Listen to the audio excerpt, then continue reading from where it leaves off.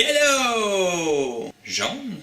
Ici Max Bonhomme au contrôle de l'appareil. Tenez-vous bien serré parce qu'aujourd'hui on fait un saut dans le merveilleux monde de Richard Martineau. Des buckets à vomi vous ont été fournis et sont placés à votre droite.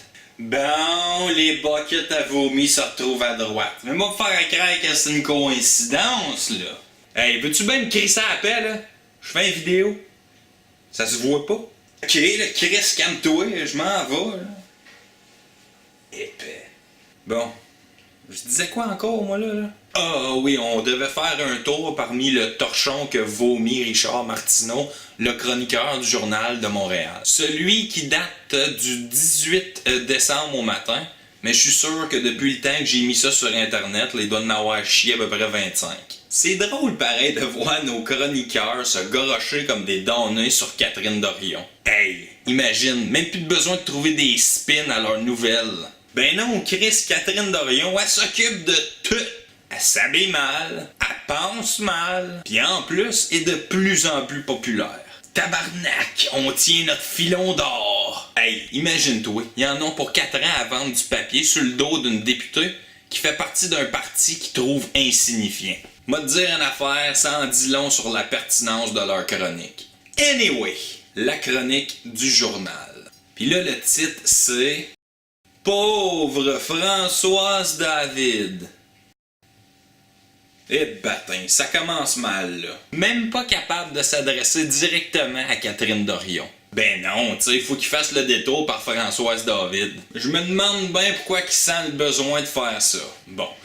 Ok, en réalité, je le sais un peu. En fait, c'est pas mal clair en lisant l'article. Ok, on va regarder comment Richard start sa chronique. Au début, il relate le fait que Catherine Latuc Dorion... Bon, déjà là, Latuc... Vraiment là, c'est vers ça qu'on s'en va. Lying Ted, Crooked Hillary, Sleepy Joe, Piastar... Latuc. Ok, si on en est rendu là parmi nos intellectuels, I guess. En tout cas, c'est pas grave, là, mon point réellement, il commence lorsqu'il se met à dire que Françoise David devrait avoir honte de son ancien parti. Ou de ce qui est devenu, mettons. Martineau, lui, il aime bien ça présumer de ce que le monde pense. Fait qu'on va faire pareil comme lui. Je suis mécanicien, je viens de te dire, je suis mécanicien. J'ai le doigt. Moi, je pense qu'il fait le tour par Françoise David parce qu'il la trouve comme inoffensive. Depuis Catherine Dorion et depuis un mouvement plus populaire chez Québec solidaire et dans l'électorat, je pense qu'il panique un peu. Puis qu'il regrette amèrement le temps où QS était beaucoup plus marginal et sa porte-parole officielle pas mal moins combative. Ah, le pissou, là! Ok, on va regarder ensemble comment est-ce qu'il parle de Québec solidaire et de Françoise David. Un vrai ramassis de clichés pis de platitudes. Ok, Richard Martineau écrit. Je n'ai jamais tripé sur Québec solidaire, mais j'ai toujours éprouvé beaucoup de respect pour Madame David. Non seulement l'ancienne co-porte-parole de QS, qui, rappelons-le, a grandi dans une famille bourgeoise. Bon, évidemment, il fallait qu'il quand même il donne un jab, là, il ne pouvait pas juste être gentil avec elle, puis en plus, ça sert à quoi de dire ça? Anyway, m'a-t-elle toujours paru sincère, mais elle avait, et encore, j'en suis sûr, le petit monde à cœur. Les ouvriers, les assistés sociaux, les mères et pères monoparentaux qui tirent le diable par la queue. On ne l'appelait pas Sainte-Françoise pour rien. Ah ben oui, c'est sûr qu'en même temps, c'est bien plus facile d'aimer quelqu'un qui est sain que quelqu'un qui bouge puis qui fait grouiller les affaires puis qui fait parler d'elle.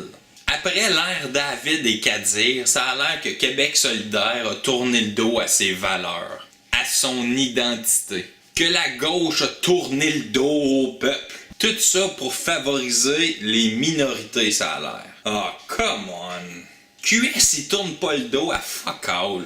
Il s'adresse exactement aux mêmes gens que v'là 5 ans passés, pis il ne cible pas des minorités pour se faire du capital politique. Québec solidaire se fie à sa conscience, à son empathie, puis à son éthique. Ce qui l'apporte à se soucier du monde en bas de l'échelle, oui. À ceux qui auraient besoin d'une deuxième chance. Puis oui, aussi, ceux qui, dans la course de la vie, partent avec une jambette à cause qu'ils ont un voile ou qu'ils ont la peau d'une couleur différente que blanc.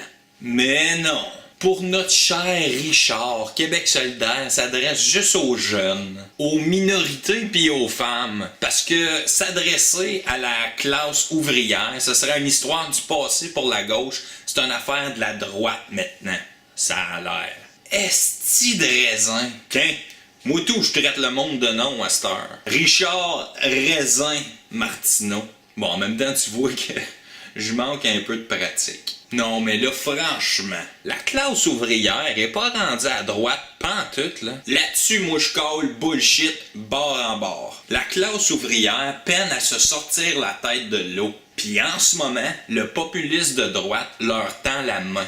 Évidemment, là, je comprends le monde, hein, il serait complètement fou de pas apprendre. Quand le populiste, il se fait juste à droite, ben ceux qui se font crosser par l'establishment, là, ben ils tournent à droite. Ce que fait Catherine Dorion en ce moment, là, c'est du populisme à gauche. Puis là, ben, il y a du monde qui vient de réaliser qu'il y a une autre main qui se tend vers eux autres. Une main qui pourrait peut-être les aider à sortir la tête de l'eau un peu. Puis ça, tant qu'à moi, là, Richard, il a bien peur de ça. Pis c'est pour ça qu'il préférait de loin le discours poli et fréquentable de Françoise David. Quand elle travaillait d'arrache-pied pour le monde ordinaire, puis on la remercie vraiment toute pour ça, les gens, ils se reconnaissaient pas en elle.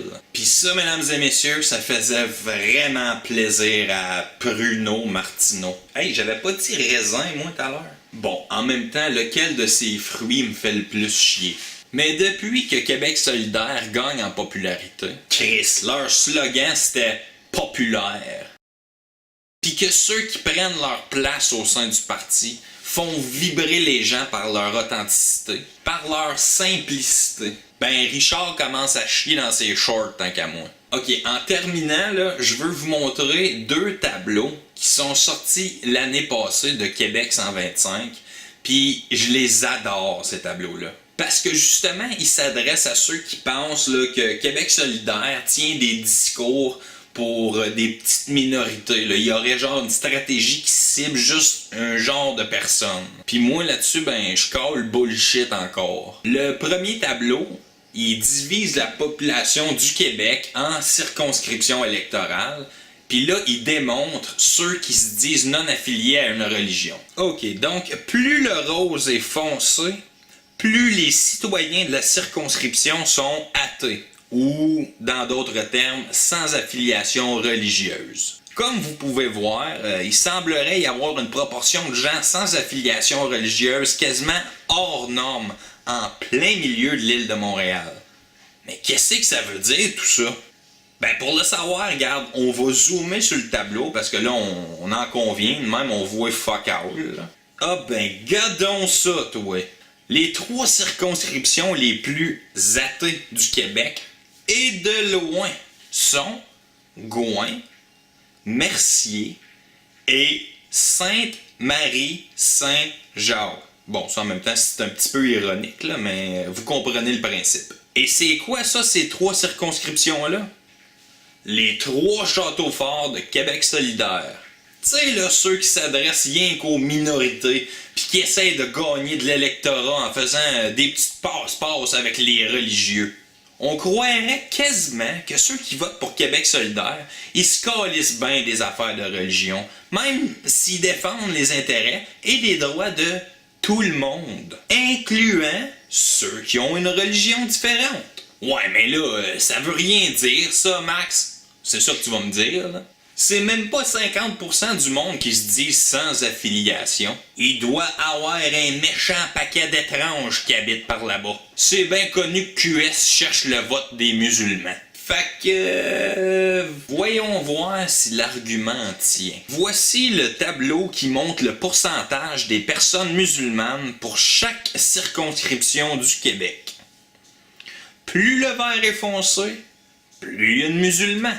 Fait que là, le vert devrait sauter aux yeux de la même manière que le rose de tout à l'heure. Non? Ah ben non, toi, Criff. Ils ont même l'air plus pâles que la moyenne de l'île de Montréal. Bon, encore là, c'est sûrement parce qu'on peut pas bien lire vu de loin de même, je dois me tromper. Fait qu'on va zoomer un peu pour voir. Ah ben non. Sont toutes pas mal en bas de la moyenne dans les 3 circonscriptions de Québec solidaire. Même depuis que Québec solidaire ne s'adresse plus à la base d'ouvriers, mais jase juste avec les minorités apparemment. Laurier-Dorion, Rosemont, Hochelaga, Maisonneuve, c'est pas exactement Hijabville si on se fie au tableau là.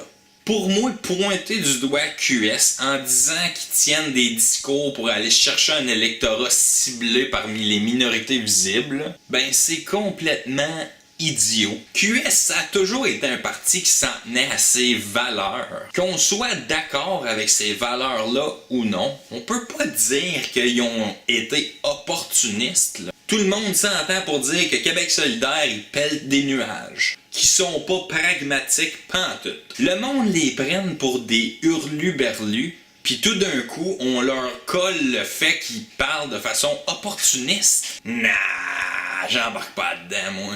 À cette heure qui vous font peur, par exemple, sont plus aussi cute qu'ils étaient. Ils ont des plans machiavéliques pis complotent contre le vrai monde. Votre vrai monde. Blanc, chrétien, crétin.